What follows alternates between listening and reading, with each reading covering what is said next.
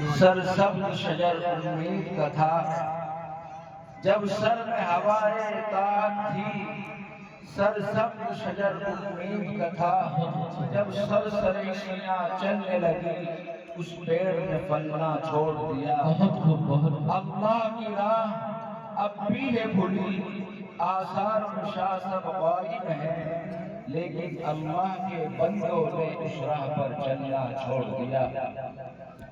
Stage پر تشریف فرما ہم سب کے بڑے حضرت اقدس حضرت مولانا سعید احمد صاحب دامت برکاتہ العالیہ، جو ایک عجیب ہستی ہے، ایک نیک دل اور اچھی طبیعت کے انسان ہیں۔ صلاحیت اہم اور ضروری بات جو آج کے حالات کے اعتبار سے میں اس کو بہت ضروری سمجھ رہا ہوں، میری درخواست ہے میرے ساتھ مل کر آپ بھی اس کو ضروری سمجھیں اور غور کے ساتھ توجہ کے ساتھ بات کو سنیں، گنیں اور اس پر عمل کرنے کی کوشش کریں۔ بہرحال دعا کیجیے اللہ تعالیٰ مجھے صحیح باتیں کہنے کی اور ہم تمام کو سن کر اس پر عمل کرنے کی توفیق عطا فرمائے۔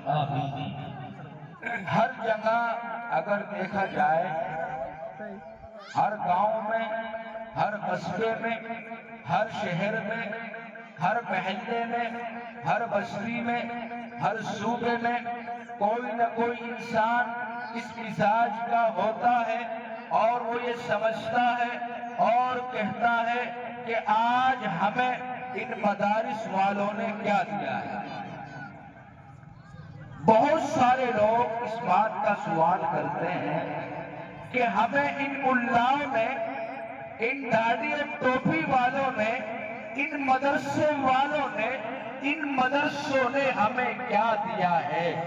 میں ان کے کانوں تک اس بات کو پہنچا دینا چاہتا ہوں اور چیلنج کے ساتھ اس بات کو بتا دینا چاہتا ہوں کہ اے لوگوں، کان کھول کر سن لو، اپنے ذہن کو حاضر کر کے سنو اور دماغ اور لگن کے ساتھ سنو کہ ان مدارس اسلامیہ نے ہم کو کیا نہیں دیا ہے۔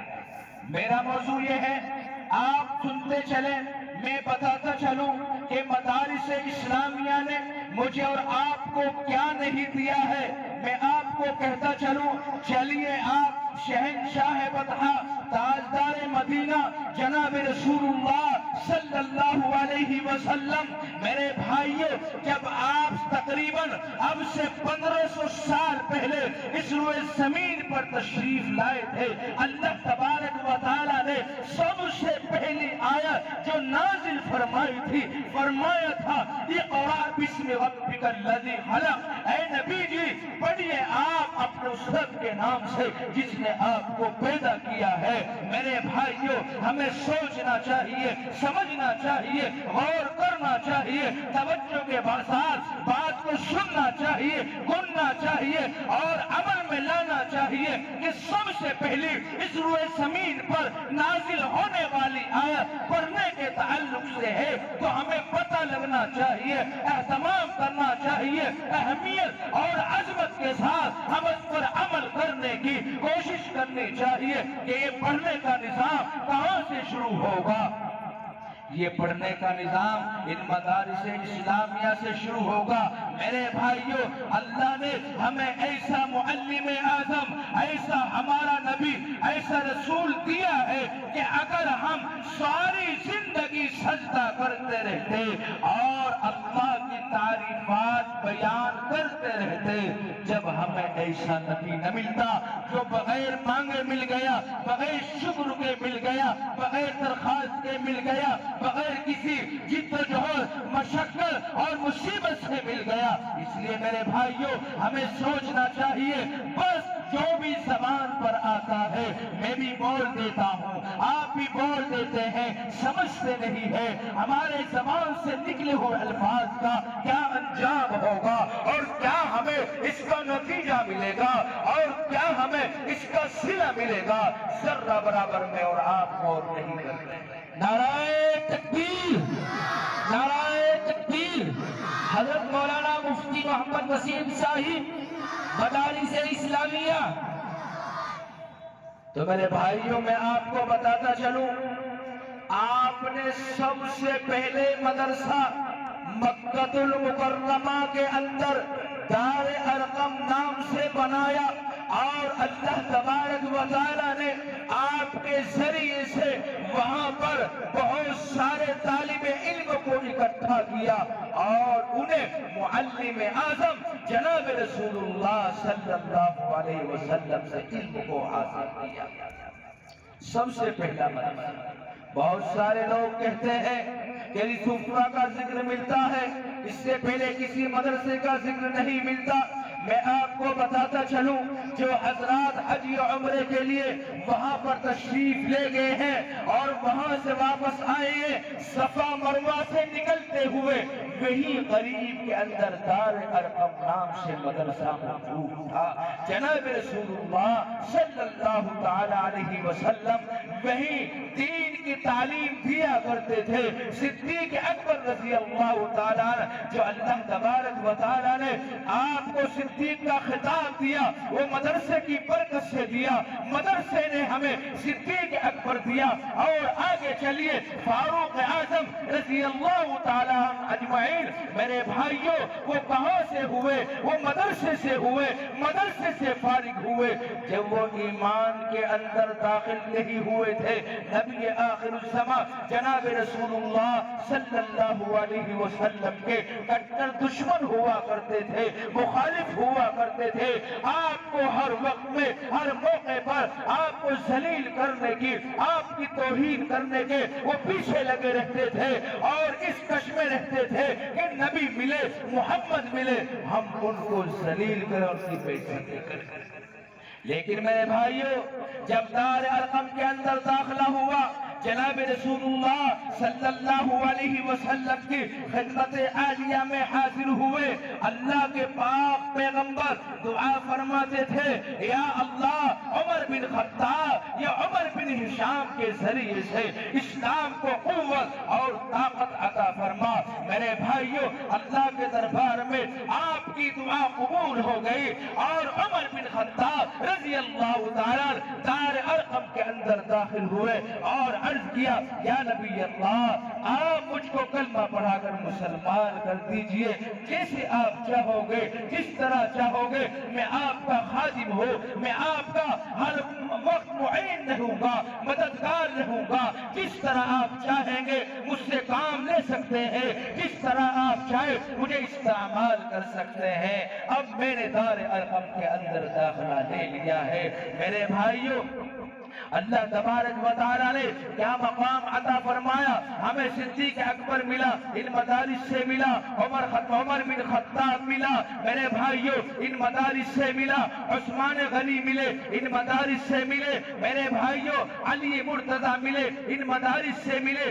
اور آگے چلیے، اب علماء دیوبند میں آئیے اور دیکھیے، ہمیں حجت الاسلام حضرت مولانا محمد قاسم صاحب نانوتوی رحمت اللہ علیہ کو ان مدارس نے دیا، قطب عالم حضرت مولانا رشید احمد صاحب گنگوئی رحمت اللہ علیہ کو، جن کا مقام اور مرتبہ بہت اونچا ہے، جناب رسول اللہ صلی اللہ علیہ وسلم خان میں آ کر آپ کو مفتی صاحب کا خطاب دے رہے ہیں اور مفتی صاحب کہہ کر آپ کو پکار رہے ہیں۔ میرے بھائیوں، یہ کس نے دیے؟ یہ مدارس اسلامیہ نے دیے۔ شیخ الہند حضرت مولانا محمود الحسن صاحب دیوبندی رحمت اللہ علیہ کو کس نے دیا؟ ان مدارس نے دیا۔ شیخ الہند وہ عزم و پیکر کا ایک مجسمہ تھا، صبر و قناعت کا ایک مجسمہ تھا، علم و تقوی کا ایک پیکر تھا، طہارت تھا۔ میرے بھائیوں، اللہ تبارک و تعالیٰ نے اتنی صلاحیت اور صالحیت عطا فرمائی تھی، انگریز کی اتنی مخالفت کیا کرتے تھے۔ ایک انگریز لکھتا ہے اور کہتا ہے، اگر محمود الحسن کو جلا کر راکھ کر دیا جائے اور اس کی راکھ کو اٹھا کر سونگا جائے تو انگریز کی مخالفت کی اس کی راکھ سے بو آئے۔ نعرہ تکبیر، نعرہ تکبیر۔ حضرت مولانا مفتی محمد وسیم صاحب مدارس اسلامیہ علماء دیوبند۔ میں اور آپ کیا سمجھتے ہیں؟ یہ مدارس یہ علماء اپنے مزاج کے اعتبار سے مدرسوں میں کام کر رہے ہیں، نہیں، اگر کسی کے ذہن میں یہ بات ہو، ذہن کو صاف کر لو، ان کا احسان مانو۔ خدا کی قسم، اگر میں آپ سے پوچھوں جو کبھی مدرسے کے اندر نہیں گیا، مدرسے کے اندر داخلہ نہیں لیا، اگر آپ سے معلوم کروں، آپ دعائے قنوت سنائیے، تشہد سنائیے، ثنا سنائیے، الحمد شریف سنائیے، میں یہ سمجھتا ہوں 100% آپ اس انداز سے، اس ترتیب سے دعائے قنوت، تشہد اور کوئی بھی ادعیہ معصورہ ہو، یہ قرآن کی کوئی آیت ہو، آپ ترتیب کے ساتھ قواعد کا خیال کرتے ہوئے نہیں سنا سکتے۔ آپ ان معصوم بچوں سے سنو، یہ چھوٹی چھوٹی زبان سے ننھے منھے بچے کھڑے ہو کر اگر میں آپ سے کہوں آپ مائک پر آئیے اور بیان کیجئے، میں تو یہ سمجھتا ہوں سر سے لے کر پاؤں تک پسینہ ہی پسینہ ہو جائے گا، لیکن چند الفاظ بولنے کی ہمت۔ نعرہ تکبیر، مدارس اسلامیہ۔ یہ مدرسے والوں کی برکت ہے، ان کا احسان مانو، ان کا خیال کرو۔ اور آگے چلیے، 1857 میں آپ تاریخ کا مطالعہ کریں اور ان علماء سے معلوم کریں کہ دہلی کے اندر 1000 مدرسے تھے، انگریزوں نے تمام کے اوپر بلڈوزر چلا کر ان کو زمین سے ملا دیا تھا اور ختم کر دیا تھا۔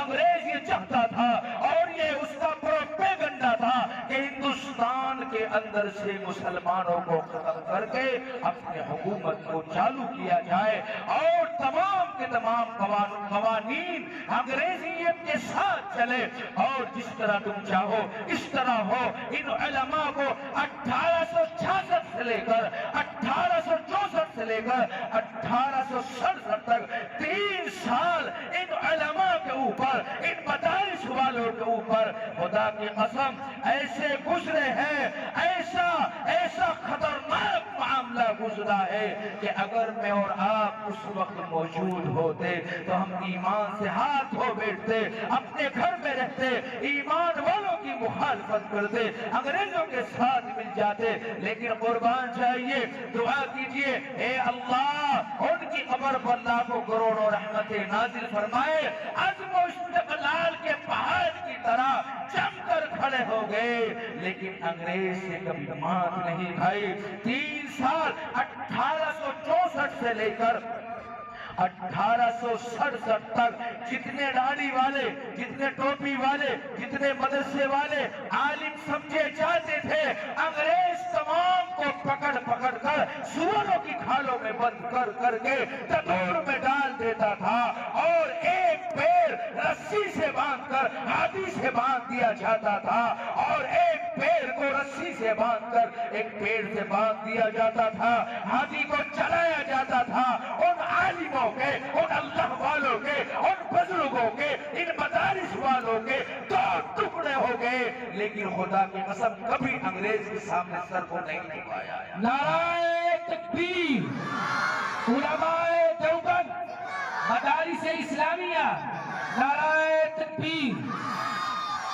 ہم آج سمجھتے ہیں، میں کہہ رہا ہوں، آپ سن رہے ہیں، خدا کی قسم جب اس موضوع پر بیان ہوتا ہے اچھے کو کلیجہ پھٹنے کے قریب ہو جاتا ہے۔ قربانی دیکھو تو علماء کی، انگریز خود لکھتا ہے 80 علماء کو انگریز لاتا تھا، باریوں میں بند کر کے تندور میں ڈال دیتا تھا اور ان کو اوپر کھڑا کر کے گولیوں سے ختم کر دیتا تھا اور یہ کہتا تھا، اے ملاؤ یہ تو باز آ جاؤ انگریزوں کی مخالفت سے، ورنہ تمہارا بھی حال یہی ہوگا جو ان 80 علماء کا ہوا ہے۔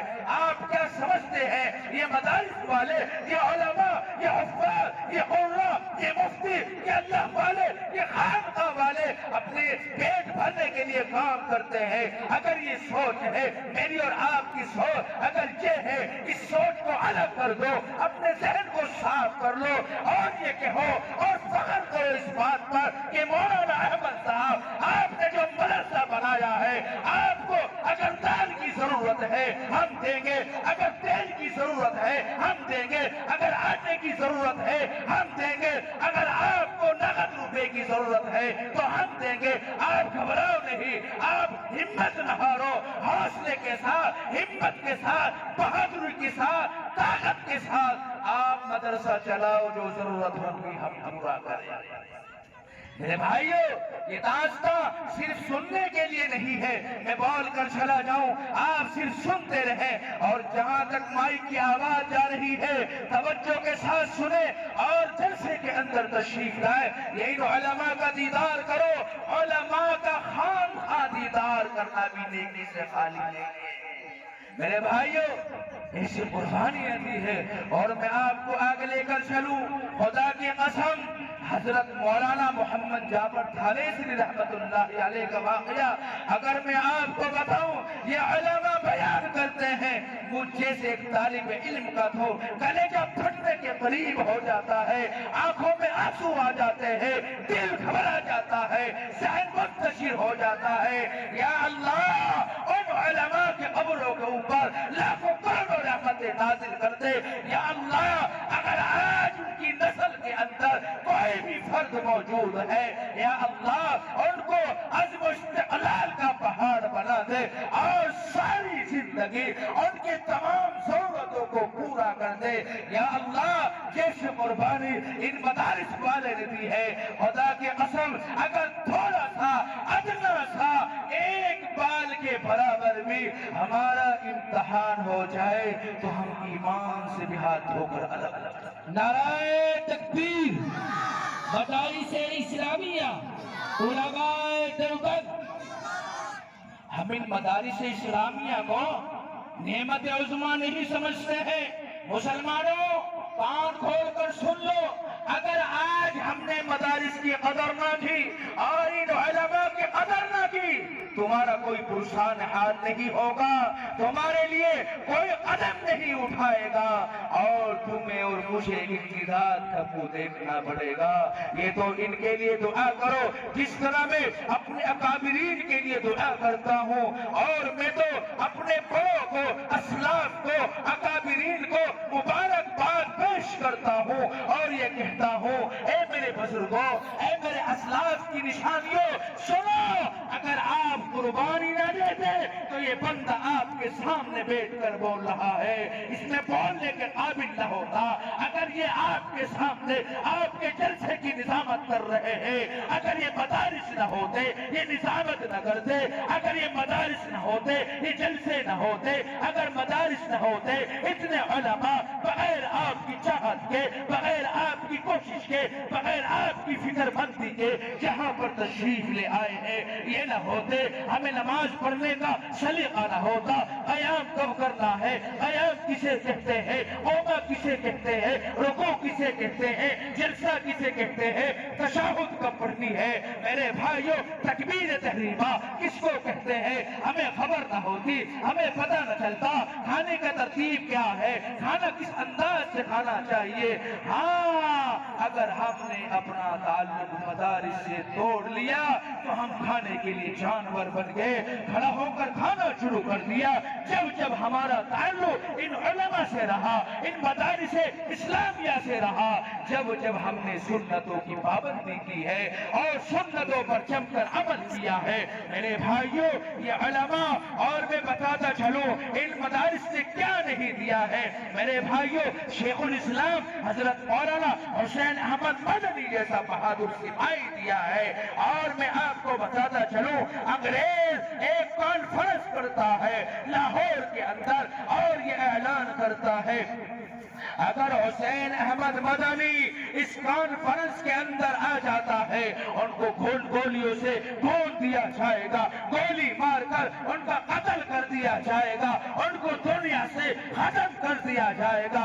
اگر میں ہوتا یا آپ ہوتے تو پیچھے ہٹ جاتے اور کہتے یہ حکمت کا کام ہے, یہ محبت کا کام ہے, یہ عجیب کام ہے, تھوڑا حکمت سے کام لو, تھوڑا سمجھ سے کام لو, تھوڑا ذہن سے کام لو. میرے بھائیوں, اس مرد قلندر کے قربان جائیے اور دعا دیجئے, اللہ ان کی قبر پر بھی لاکھوں کروڑوں رحمتیں نازل.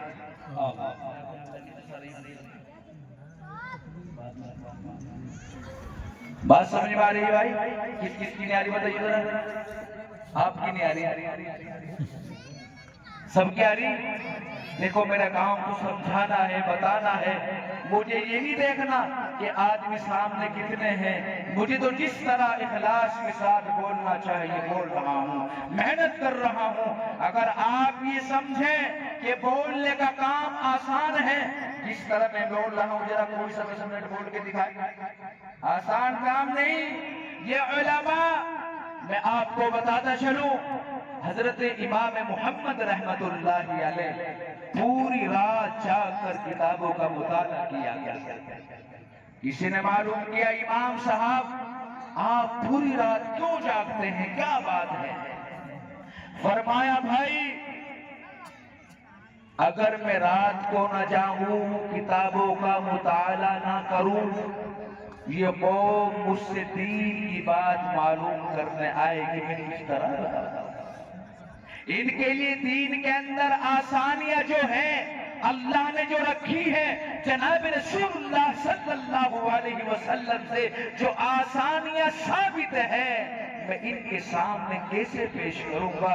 اس لیے میں پوری رات جاگ کر کتابوں کا مطالعہ کرتا ہوں۔ اس قوم کے لیے، اس امت کے لیے، ایک یہ قوم ہے، یہ امت ہے، یہ ذرا سی بات کو نکال کر سارا محنت کو مٹی میں ملا کر، خاک میں ملا کر ختم کرتے ہیں کہ یہ تو مدرسے والے اپنی جیب کے لیے جلسہ کرتے ہیں، یہ مدرسے والے اپنا پیٹ بھرنے کے لیے جلسہ کرتے ہیں، یہ مدرسے والے اپنے لیے گاڑی کے لیے چندہ کرتے ہیں، مدرسے چلاتے ہیں۔ اگر ذہن میں یہ بات ہے تو ذہن کو بالکل صاف کر لو کہ آپ کی میری سوچ ہو سکتی ہے، مدارس والوں کی یہ سوچ نہیں ہے۔ نماز یہ سکھاتے ہیں، کلمہ یہ سکھاتے ہیں، قرآن یہ پڑھاتے ہیں، معصوم بچے جن کو کلمہ نہیں آتا ہے یہ سکھاتے ہیں، نماز نہیں آتی، اور بہت سے 80 سالہ بوڑھے کو آپ سے دیکھے اور اس کی طرف متوجہ ہو کر کہیں کہ ذرا نماز سنائیے۔ میں یہ سمجھتا ہوں مکمل نماز اس لیے میرے بھائی بچوں کے بات سمجھ میں آ رہی ہے؟ انشاءاللہ ہم ان مدارس کی قدر کریں گے، خیال کریں گے، یہ نہ سمجھیں کہ ہم کو 500 روپے کما کر لاتے ہیں، آتے ہی مولانا احمد صاحب پکڑ کر آئیے کہ ہم نے 500 روپے دے دیں، یہ نہ سمجھیں، خوش نصیبی سمجھیں۔ اللہ کے لیے اور اللہ کے سامنے میں تو یہ کہتا ہوں 2 رکعت شکرانے کی پڑھیں اور اللہ کے سامنے آنسو بہائیں اور کہیں یا اللہ یہ آپ کا احسان ہے، میرا پیسہ صحیح جگہ لگ گیا ورنہ تھانے پولیس اور اسپتال میں بھی شکر ادا